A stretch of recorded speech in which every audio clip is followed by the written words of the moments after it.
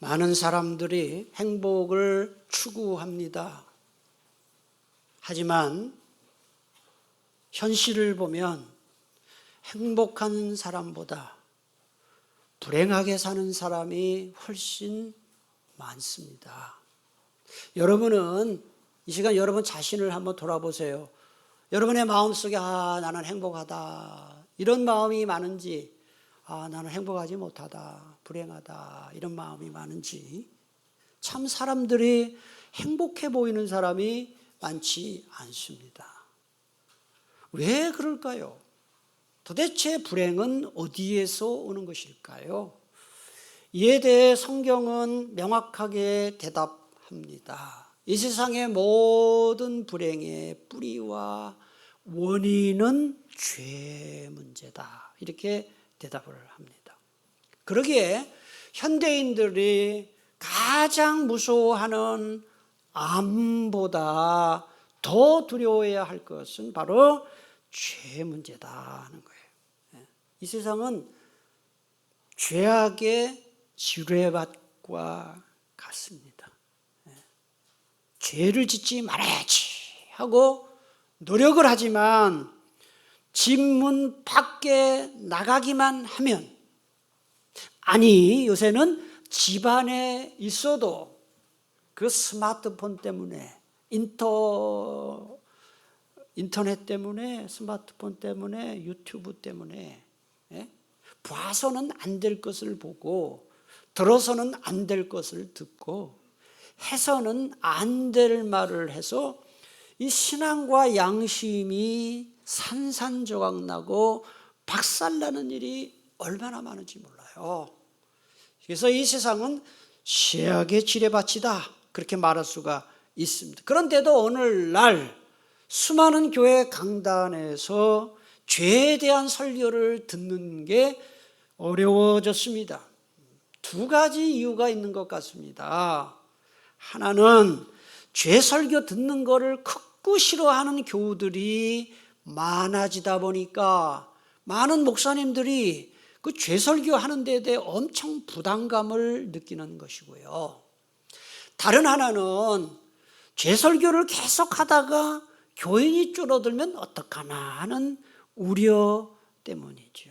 그러다 보니 교회 강단에서 복음적 설교와 성경적 설교 대신 도덕적인 교훈 또는 시사적인 설교, 정치 돌아가는 이야기들, 또 긍정적 마인드, 여러분 잘할 수 있습니다, 잘 될 겁니다 하는 그런 긍정적 마인드, 격려하고 위로하는 설교, 또는 우스갯소리가 가득한 만담, 세상 이야기로 강단이 가득 차버렸습니다.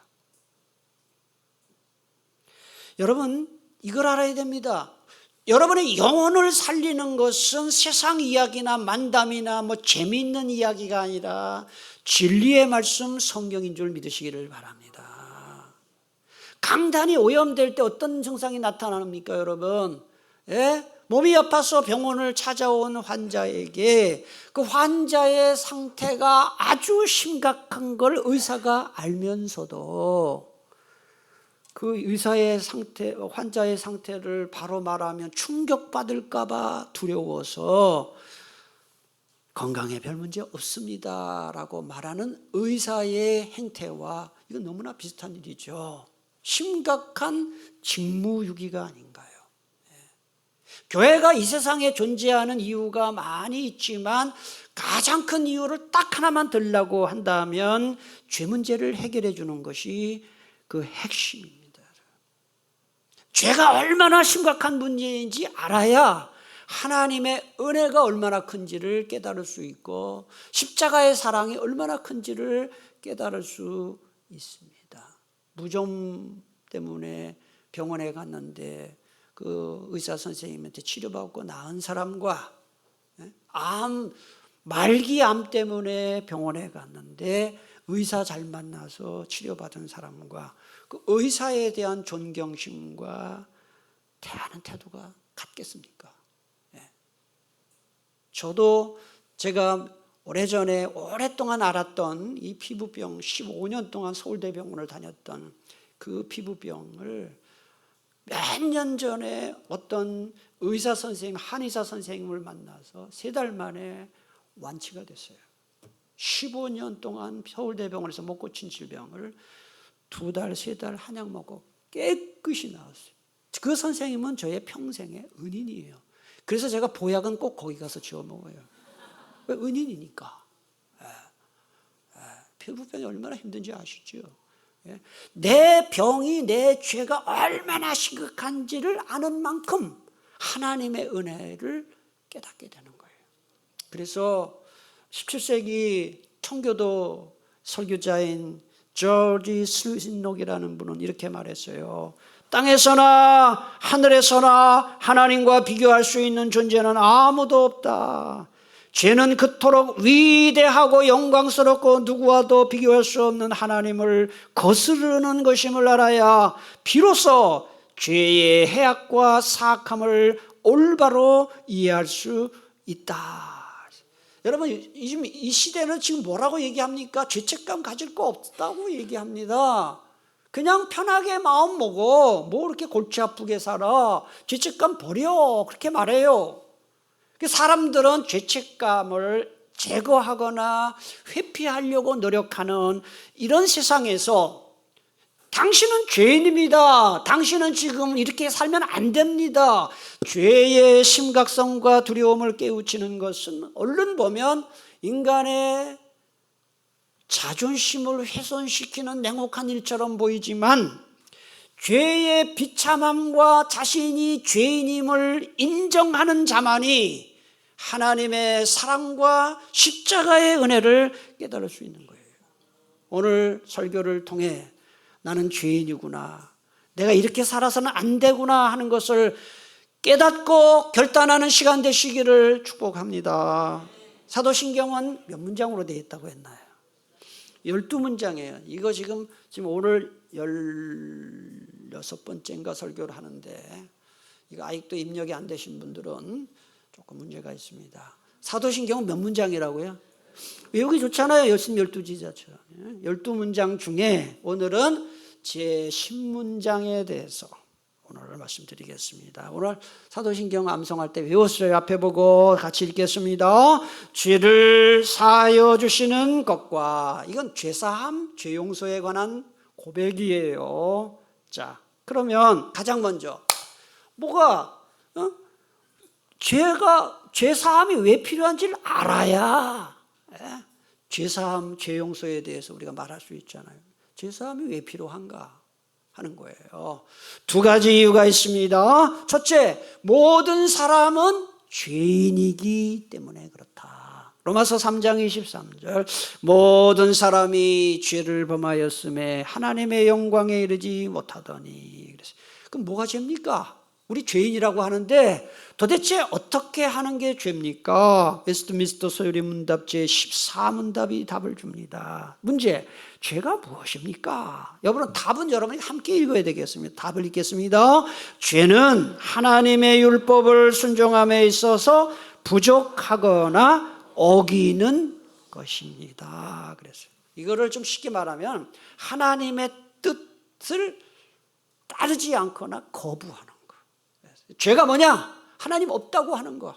하나님이 어디 있어? 말도 안 되는 소리야. 하나님을 믿지 않는 사람은 다 죄인이다. 또 하나님을 반항하고 하나님께 거역하고 빈정거리는 거.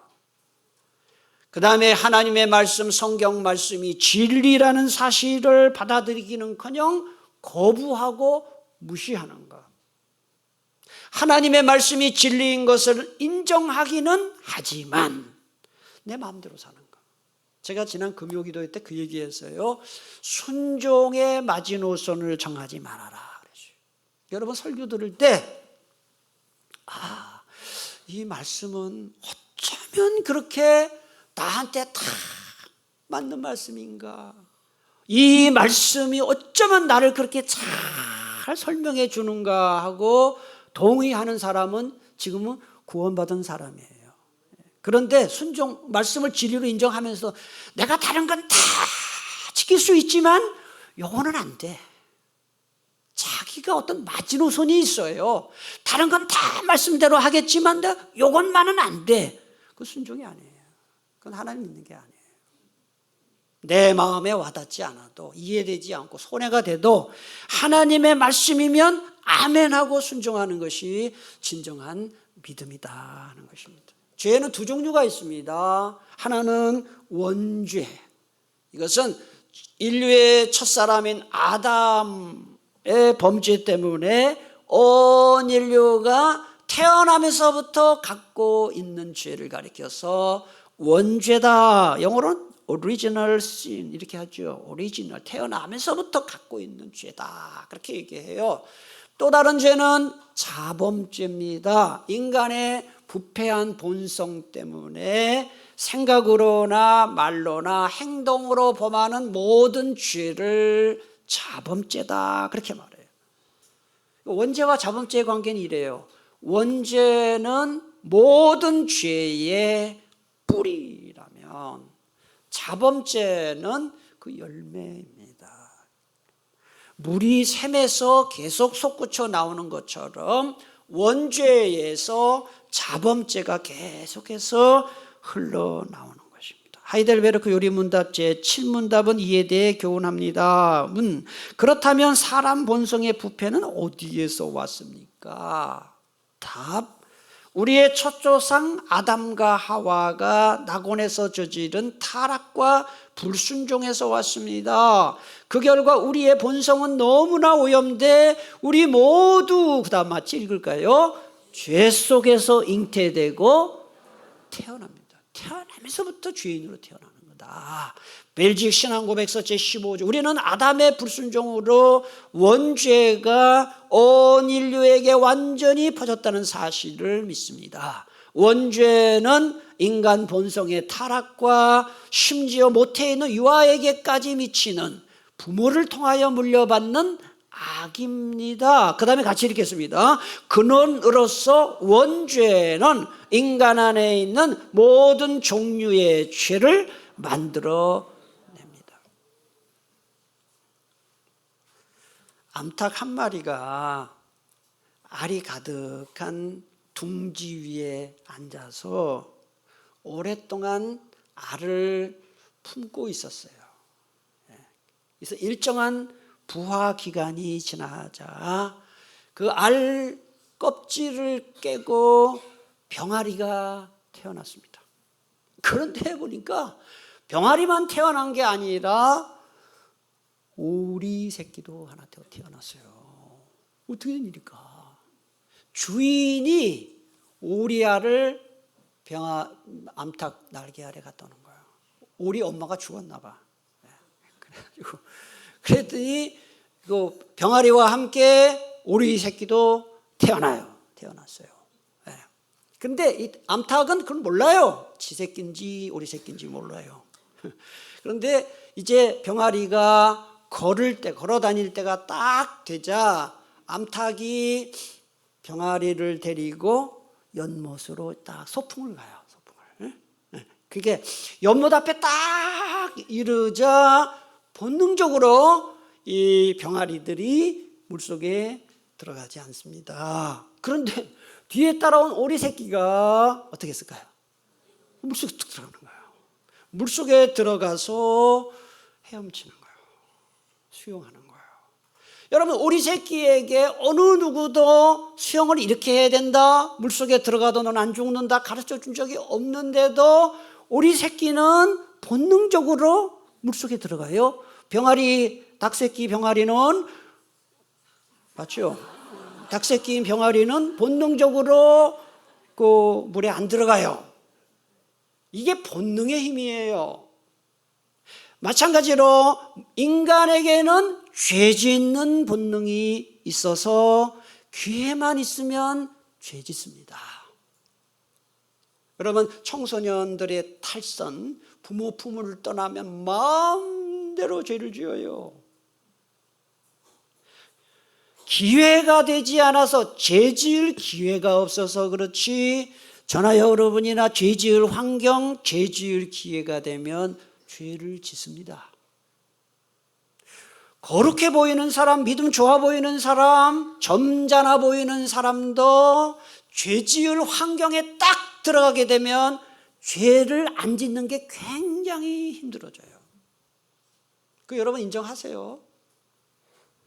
막 살인범 아주 그 반폐륜적인 범죄를 지은 사람 보면서 저는 나쁜 놈 하죠.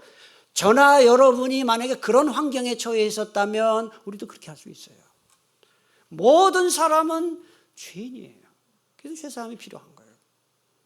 죄사함이 필요한 두 번째 이유는 죄의 대가는 죽음이기 때문에 그래요.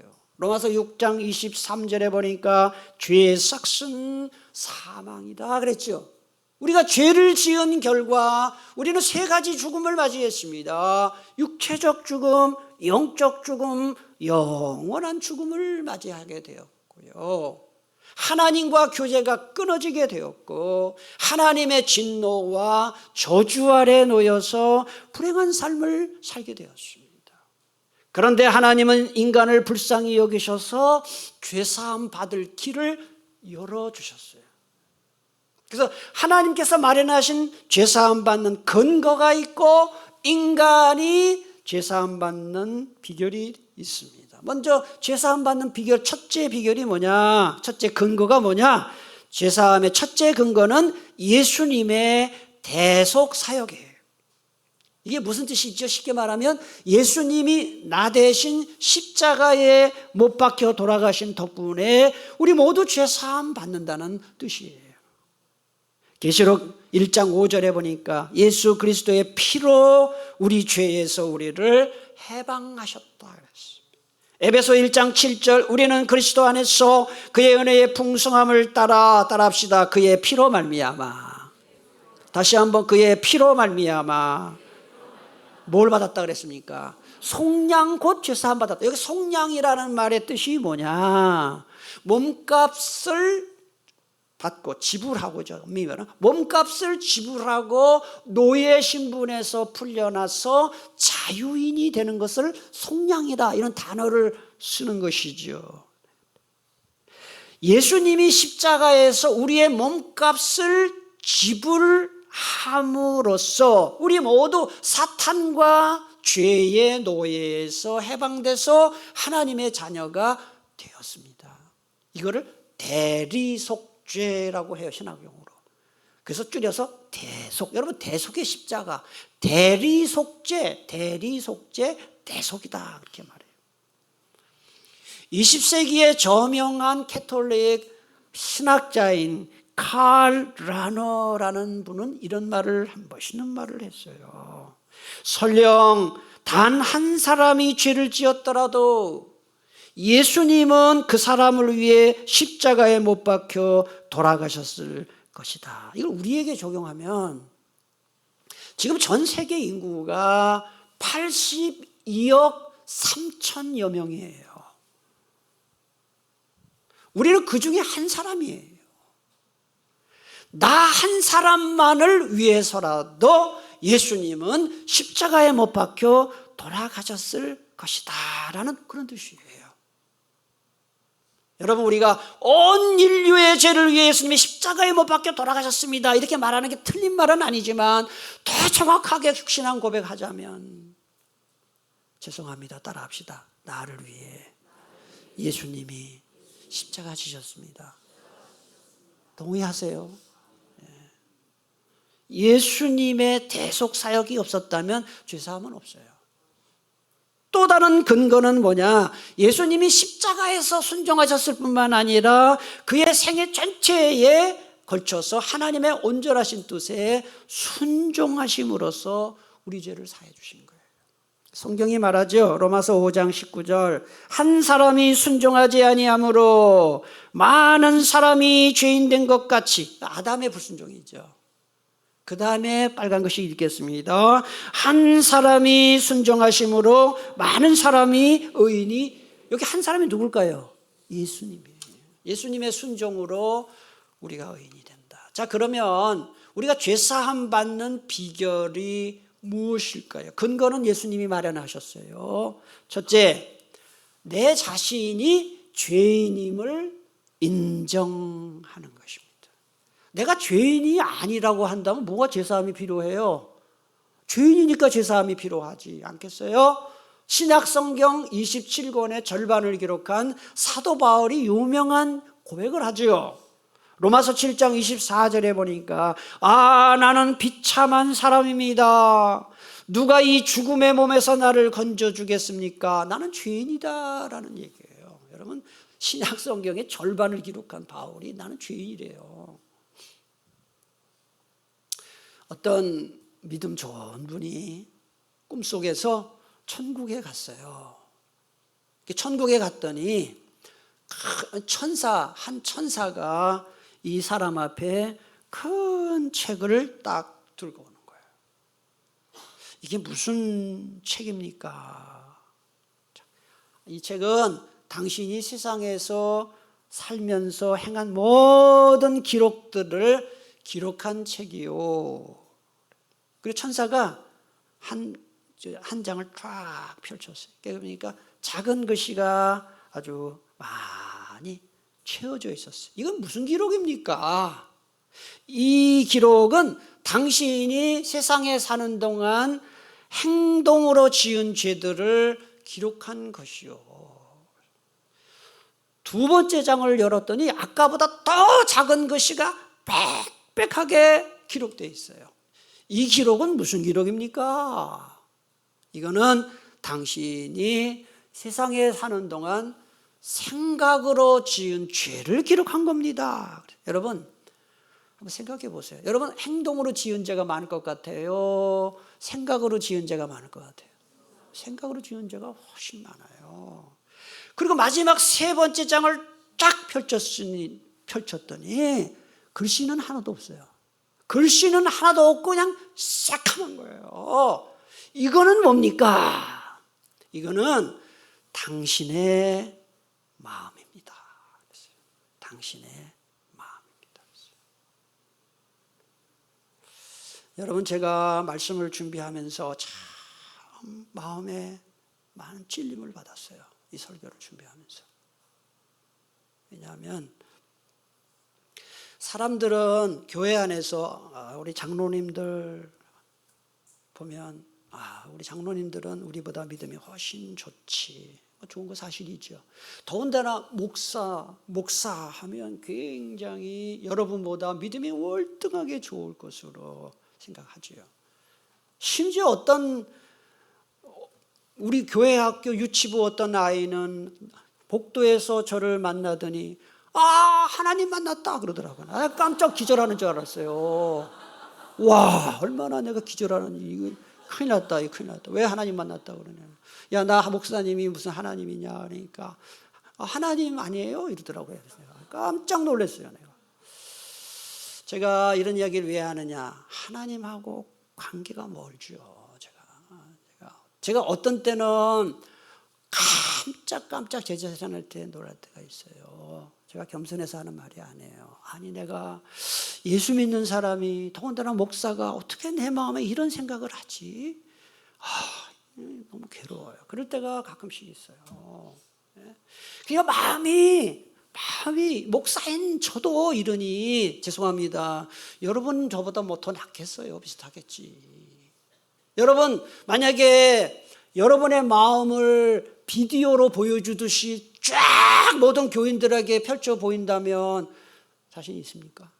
여러분의 그 속마음을 쫙 모든 사람이 알게 펼쳐 보인다면 대부분은 안 돼 할 거예요. 안 돼 할 거예요. 우리의 마음은 새카매요. 예수 믿는다고 하지만 우리가 짓는 죄는 머리털보다 많고 목보다 더 검어요. 그래서 성경이 그걸 잘 말씀하고 있어요. 예레미야 17장 9절 만물보다 거짓되고 심히 부패한 것은 뭐라 그래 했나요? 마음이다. 마음. 예수님은요 더 지독한 말을 하셨어요. 마태복음 15장 19절 다 같이 읽겠습니다. 마음에서 나오는 것은 악한 생각과 살인과 간음과 음란과 도둑질과 거짓 증언과 비방이니. 이거 틀린 말이 있나요? 여러분, 아무도 보지 않는 곳에서 여러분이 무슨 행동을 하는지, 무슨 짓을 하는지 떳떳하게 살고 있다고 말할 수 있어요. 예수 믿지 않는 사람들이 가득한 직장에서 믿는 사람답게 믿지 않는 사람보다 더 낫게 살고 있나요? 우리는 그거 쉽게 말할 수 없잖아요. 우리의 마음이 너무 악한 거죠. 그래서 인간의 마음과 생각이 이처럼 타락하고 악하고 더러운 것을 누구보다 잘 알았던 장로교 창시자이자 16세기 종교개혁자인 장 칼뱅은 그의 자서전 첫 머리를 이런 말로 기록했어요. 나는 죄인으로서이다. 그렇게 기록했어요. 장로교 창시한 분, 종교개혁을 일으킨 분, 나는 죄인입니다. 사랑하는 교회 여러분, 한 주간 살면서 여러분 죄에 대해서, 내가 짓는 죄에 대해서는 다 하나님 앞에 죄송한 마음을 갖고 죄의 고백과 죄사함의 은혜에 감사하며 사시기를 축복합니다. 죄사함 받는 둘째 비결은 예수님의 대속 사역이 나를 위한 것임을 믿는 믿음이 필요해요. 로마서 3장 28절, 사람이 의롭다 하심을 얻는 것은 율법의 행위에 있지 않고 뭘로 된다고 했나요?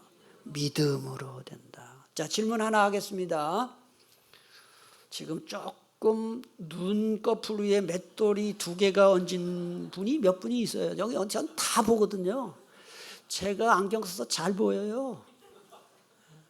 저는 원고를 거의 보지 않고 설교하기 때문에 여러분 표정을 다 보고 있어요. 거의. 제가 질문하겠습니다.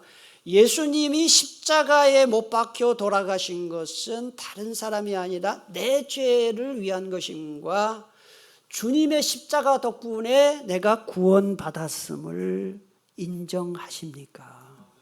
그럼 구원받은 분입니다. 그걸 인정한다면. 근데 예수님이 십자가에 돌아가신 것이 나하고 관계가 없다. 그게 나하고 무슨 관계가 있냐? 그분은 구원 못 받은 거예요. 아무리 교회를 오래 다녀도 그렇습니다. 그런데 여러분, 이렇게 믿어지는 것이 내가 노력해서 믿어지는 게 아니고 성령께서 선물로 주시는 거예요. 제가 우리 교회에 어떤 분, 교회를 오랫동안 다녔는데 저한테 이런 말을 하는 얘기를 들었어요.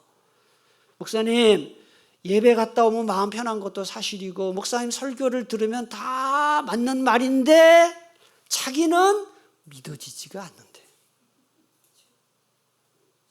제가 깜짝 놀랐죠. 그분이 잘 교회 나오길래 믿음이 있는 줄 알았어요. 근데 성경 말씀에 의심 가는 게 너무 많대요. 그런데 어떤 대부분의 교우님들은 그래요. 저는 이 성경 말씀을 뜻을 다는 모르지만 의심 간 적이 없고 설교 말씀 들을 때 그 설교 말씀이 나한테 꼭 필요하다고 생각될 때가 많아요 라고 말해요. 여러분, 이런 믿음을 내가 노력해서 획득할 수 있나요? 절대 안 됩니다. 믿음은 전적으로 성령님이 주시는 선물입니다. 선물. 그래서 감사해야 돼요. 그런 믿음 가진 거. 웨스트민스터 신앙고백서 제11장 1절에 보니까 그들은 믿음으로 그리스도와 그분의 의를 받아 의지하며, 그 다음에 같이 읽을까요? 이 믿음은 그들에서 난 것이 아니라 하나님의 선물이라는 것을 바꿔 말하면 은혜라는 거예요. 믿음은 은혜예요, 은혜.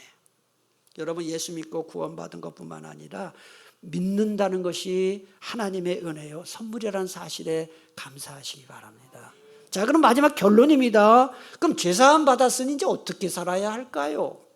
이제 내 마음대로 살아도 되는 걸까요? 구원 받았으니 이제 마음대로 죄를 지어도 되는 것일까요? 결코 아니죠. 어떻게 살아야 되느냐? 크게 2가지입니다. 첫째, 회개하는 삶을 살아야 된다. 회개하는 삶. 하이델베르크 요리문답 제56문에 보면 문제, 죄 용서에 관해 당신은 무엇을 믿습니까? 여러분, 이 요리문답이 굉장히 중요한 거예요. 성경을 요약하는 거거든요. 잘 보세요. 답. 그리스도께서는 하나님의 의를 만족시키셨기에 하나님은 나의 모든 죄와 내가 일평생 싸워야 할 나의 죄악된 본성을 더 이상 어떻게 하지 않으신다 그랬어요. 요거 잘 기억하세요. 우리 죄 기억하지 않으신다. 두 번째, 오히려 하나님은 은혜로 그리스도의 의를 나에게 선물로 주셔서 결코 어떻게 하지 않는다 그랬어요? 정죄하지 않는다 그랬어요. 죄사함이 뭐냐? 죄사함은 내가 지은 모든 죄를 하나님이 모도하지 않고 모도하지 않는다. 기억도 아니하시고 정죄함도 아니하신다. 여러분 솔직히 저나 여러분 사람들은요 얼마나 뒤끝이 많은지 몰라. 야, 우리 이제 잘 지내자. 과거의 모든 거 다 이제는 화해하자 해놓고 속으로는 죽일 놈. 계속 죽일 놈이에요. 그 사람이 잘못한 거 딱 컴퓨터에 기록해 몇 월 며칠 며칠에 제가 나한테 어떤 열받는 짓 했다. 그리고 겉으로는 막 우리 화해했어 막 그래. 얼마나 뒤끝이 많은지 몰라 인간은. 근데 우리 하나님께서는 진심으로 회개한 것을 모도 안 하고 모도 안 한다. 기억도 아니하시고 정죄도 아니하시고. 아멘이십니까? 이게 죄사함입니다. 예레미야 31장 34절 내가 그들의 악행을 사하고 다시는 그 죄를 기억하지 아니하리라 그랬어요. 로마서 8장 1절 2절 그러므로 이제 그리스도 예수 안에 있는 자에게는 결코 정죄함이 없나니 이는 그리스도 예수 안에 있는 생명의 성령의 법이 죄와 사망의 법에서 너를 어떻게 했다고요? 해방하였습니다. 그래서 우리는 이제 죄사함의 은혜를 받았으니 늘 죄짓지 않도록 노력을 해야 되고 믿음이 약하고 유혹이 커서 죄를 지었다면 즉시 뭐 해야 됩니까? 회개해야 됩니다. 시편 32편 5절 내가 이르기를 내 허물을 여호와께 자복하리라 하고 주께 내 죄를 아뢰고 내 죄악을 숨기지 아니하였더니 같이 읽겠습니다. 곧 주께서 내 죄악을 사하셨나이다. 여러분 한국교회에 복음이 전래된 것이 지금 140년 됐다. 그래서 지금 한국교회가 막 행사를 해요. 그런데 한국교회 역사상 가장 큰 부흥이 일어난 해는 1907년 어디서 일어났나요? 평양에서 일어났어요. 평양으로 복음이 들어와서 옛날에 평양은 동방의 예루살렘이라 할 만큼 교회가 부흥을 했어요. 근데 1907년에 부흥이 일어났습니다. 길선주 목사님으로 대표되는 부흥운동이 평양에서 시작돼서 전국 방방곡곡으로 불길처럼 번졌어요. 그런데 이 대부흥의 비결이 뭐냐 하는 거예요. 그거는 하나예요. 말씀 듣고 은혜 받고 교인들이 깨달으니까 내 죄가 얼마나 큰지를 깨달았어요. 죄에 대한 두려움이 생겨서 하나님 앞에 간절히 회개했을 때 부흥이 일어난 거예요. 제가 세계 교회 역사를 늘 매일 공부를 하는데 교회 역사를 공부하면서 내린 결론이 있습니다. 어느 곳 언제 부흥이 일어났느냐? 죄를 두려워하고 지은 죄를 간절히 회개할 때 부흥이 일어났다 하는 거예요. 자, 여러분 묻겠습니다. 여러분의 믿음이 성장하고 부흥하기를 원하십니까? 두 가지 하십시오. 죄를 두려워하세요. 죄 함부로 짓지 마세요. 그리고 죄를 지었다면 회개하세요. 그러면 부흥이 일어납니다. 자, 마지막으로 죄사함 받은 자들은 둘째로 용서하는 삶을 살아야 된다 하는 거예요. 마태복음 18장 21절 22절 그때 베드로가 나와 이르되 주여 형제가 내게 죄를 범하면 몇 번이나 용서하여 주리이까? 7번까지 하오리이까? 예수께서 이르시되 내게 이르노니 7번뿐 아니라 7번을 70번까지라도 할지니라. 490번 용서해 주라는 말인가요? 어떻게 하라는 건가요? 끝까지 용서해 주라. 마태복음 18장 33절 35절 내가 너를 불쌍히 여긴과 같이 나도 내 동료를 불쌍히 여김이 마땅치 아니하냐. 너희가 각각 마음으로부터 형제를 용서하지 아니하면 나의 하늘 아버지께서도 너희에게 이와 같이 하시리라. 에베소 4장 32절 다 같이 읽겠습니다. 서로 친절하게 하며 불쌍히 여기며 서로 용서하기를 하나님이 그리스도 안에서 너희를 용서하심과 같이 어느 교회에서 목사님이 오늘 제가 설교하는 것처럼 용서에 대해서 막 설교를 했어요. 그래서 그날 그 목사님의 설교에 교우들이 엄청난 은혜를 받았어요. 그러니까 목사님이 신이 나가지고 질문을 하는 거예요. 여러분들 가운데, 여러분 교우들 가운데 한 사람도 미워하는 사람이 없는 분 계시면 손 들어보세요. 그래서 손 드는 사람이 있었을까요? 없었을까요? 거의 못 들어요. 한 사람도 미운 사람이 없는 사람 손 드세요 하니까 아무도 안 들어요. 근데 조금 있다가 한 90살쯤 된 할아버지 집사님이 손을 탁 드는 거예요. 목사님이 얼마나 반가운지. 집사님은 어떻게 그렇게 미운 사람이 하나도 없나요? 우리 교우들에게 비결을 가르쳐 주세요. 그랬어요. 집사님 대답이 명답이에요. 목사님, 나도 젊을 때는 미운 사람이 많았어요. 근데 다 죽었어요. 그랬어요. 나만 남았어요. 미운 사람이 많았는데 다 죽었습니다. 이게 지금 우리에게 뭘 보여주나요? 용서가 쉽지 않다. 죽을 때까지 용서를 못하고 죽으니까 용서할 사람도 없어. 그 얘기죠. 예. 이런 말이 있어요. 제가 이 말을 참 와닿았는데요. 이 말을 한번 잘 보세요. 은혜를 한번 같이 읽을까요? 은혜를 계속 받다 보면 사람들은 은혜를 권리인 줄 안다. 이거 여러분 동의하세요? 이 말? 여러분 누구 도와주잖아요. 맨 처음에는 감사하지요. 나중에는 당연한 줄 알아요. 은혜를 권리인 줄 알아요. 이거 무지 많아요. 이런 일이. 근데 우리가 그 짓을 하고 있다 이런 얘기입니다. 어떤 점에서? 우리가 하나님께 용서받은 죄는 산더미만한 죄예요. 그러면 은혜잖아요. 그런데 다른 사람의 개미집만한 죄를 용서를 안 해요. 못해요. 안 해요. 산더미만한 죄를 용서받은 내가 개미집만한 죄도 용서 못해요.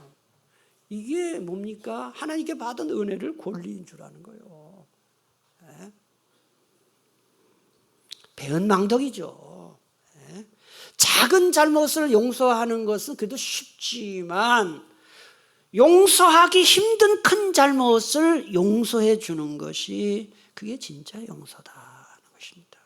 그런데 이런 용서는 내가 노력하고 결심만 해서 안 됩니다. 여러분. 저도 압니다. 저도 용서하지 못하는 일이 얼마나 많은데요. 이 진정한 용서는 성령님이 도와주셔야만 가능한 거예요.